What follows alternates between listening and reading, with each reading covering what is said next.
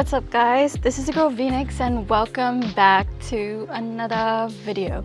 Today we're talking about building your confidence in the workplace, specifically how to build it when you're naturally quiet, reserved, or introverted. And it can be a challenge, especially when you're working full-time surrounded by people with different age groups and backgrounds. So I'm here to share my tips and how I navigate that space. While growing up, I was labeled as the quiet kid and I seriously hated it. It low-key pissed me off sometimes, just the way that people phrased it, and sometimes it just sounded like it was a bad thing.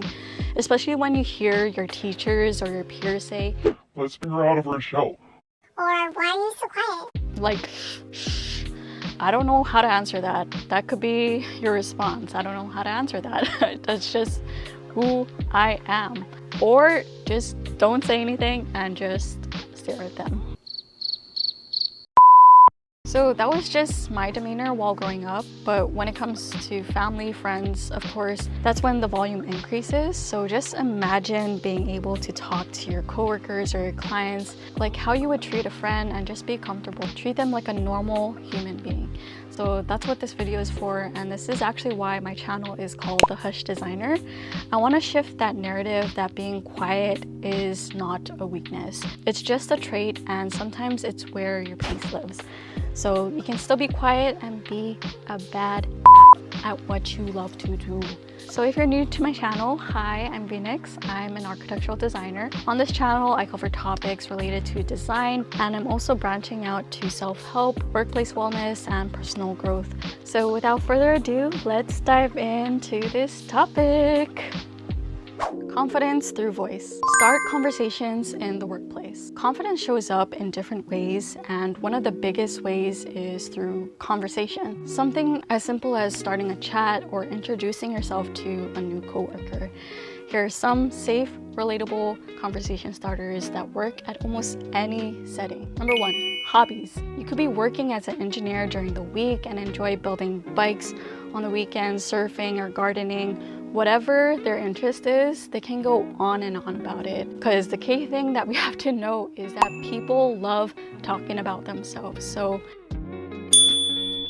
when they open up about their hobbies, it gives a glimpse of who they are outside of work, what they love to do. Encourages them to hopefully reciprocate the same questions back to us, and we can just keep the conversation going. Travel, weekend plans.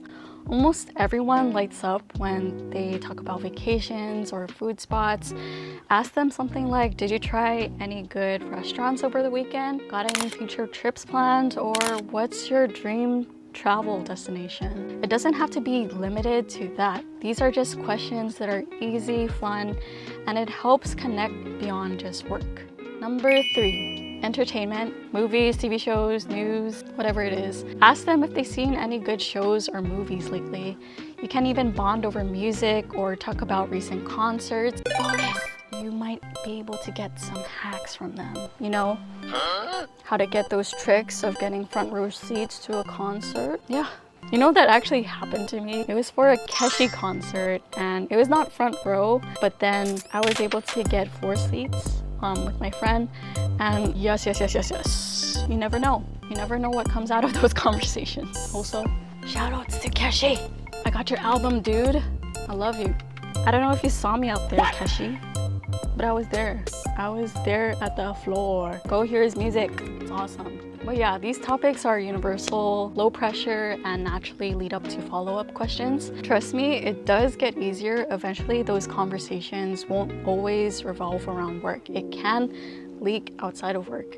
For example, if you go to the same coffee shop every morning and you see the same barista, just take a second to say hi, get to know them a little bit, and it just might brighten up their day and even yours. The other advantage of just getting to know people in your office is that you're doing a presentation in front of your coworkers. It can really reduce the stress and anxiousness that you feel because you know the people around you. Also be mindful that in this standpoint, when I'm giving you guys tips about conversation, this is what the culture is in America. In certain countries like parts of Asia, the art of conversation between coworkers or so may be more conservative due to the hierarchy of individuals. Maybe you can't talk casually to someone who's older than you, so just take this advice with a grain of salt. Bonus tip, conversation. Number one rule, you guys, please do not condone any gossip at work. Seriously, promise me this one tip, because gossip creates a toxic work environment. Do not vent about how annoying a client is or how someone's work habits just bug the heck out of you. Just keep that energy outside of the workplace. I do have that one close friend who has experienced malicious gossip about her, and there was these two girls at her job who were constantly gossiping, and they made it noticeable. So it made the workplace very uncomfortable, and so what she did is that she reported it, and HR actually reached out to those girls who were involved in those gossip, and they were caught off guard, and one of them ended up quitting shortly after. So just don't be like those toxic girls. Just be calm, be the bigger person when they're not. And yes, in a perfect world, we'll just all practice positivity, right? I get it, some of us just need to vent, but if you gotta vent, girl, just seal that gossip at Hooters. Just throw it back with the homies. At Scarlet, I don't know what to do on a Friday night. But yes, just don't gossip, just keep it sealed, throw it back. Number 2, confidence through body. Be aware of your body language. So body language is huge when it comes to projecting your confidence. You don't need to be vocally loud to be confident. Confidence is about being comfortable in your own skin. Just try to avoid looking down, lack of eye contact with the person you're talking to or the group, closed off postures, just like crossed arms, hunched off shoulders. Instead, try opening up your shoulders to the person you're talking to, using your hands to express yourself, making eye contact even though it's brief with that person. This shows that you're engaged even though you're not saying much, whether you're in a group or when you're in a one-to-one conversation with someone. Confidence isn't just verbal, but it includes how you present yourself, and that includes your body language, of course, and what you wear. So choosing work-appropriate clothes that make you feel good and put together can make a big difference. And personally, I love dressing up for work. Yes, doing my makeup, and it's not about impressing someone, it's just about me, how it boosts my mood and it gives me energy to take a potentially stressful day. I always say this in my head, but if you're gonna be stressed, at least you look good doing it.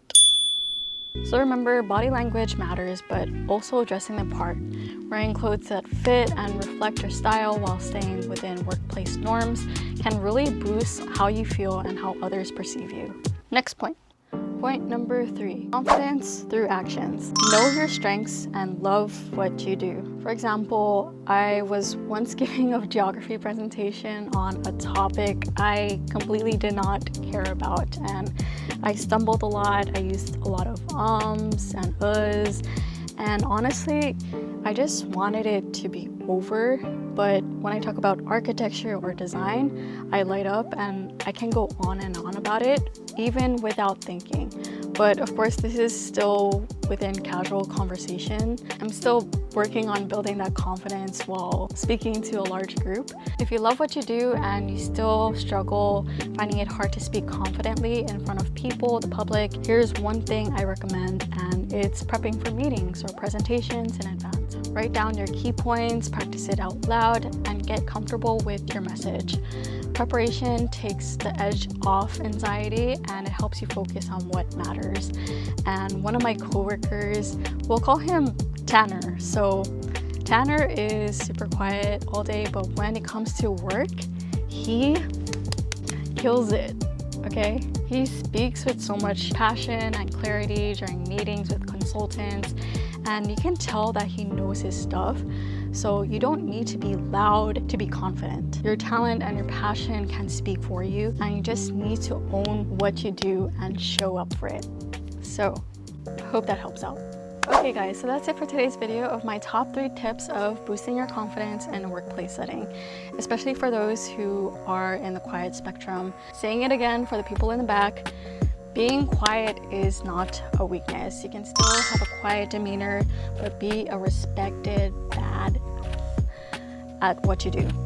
So thanks for watching this video. If this helped, hit that like button, subscribe, And let me know what other videos you want to see from me. If you have any suggestions, leave it in the comments of, you know, like any topics that are work related, architecture. I got you. And I'll see you guys in the next one.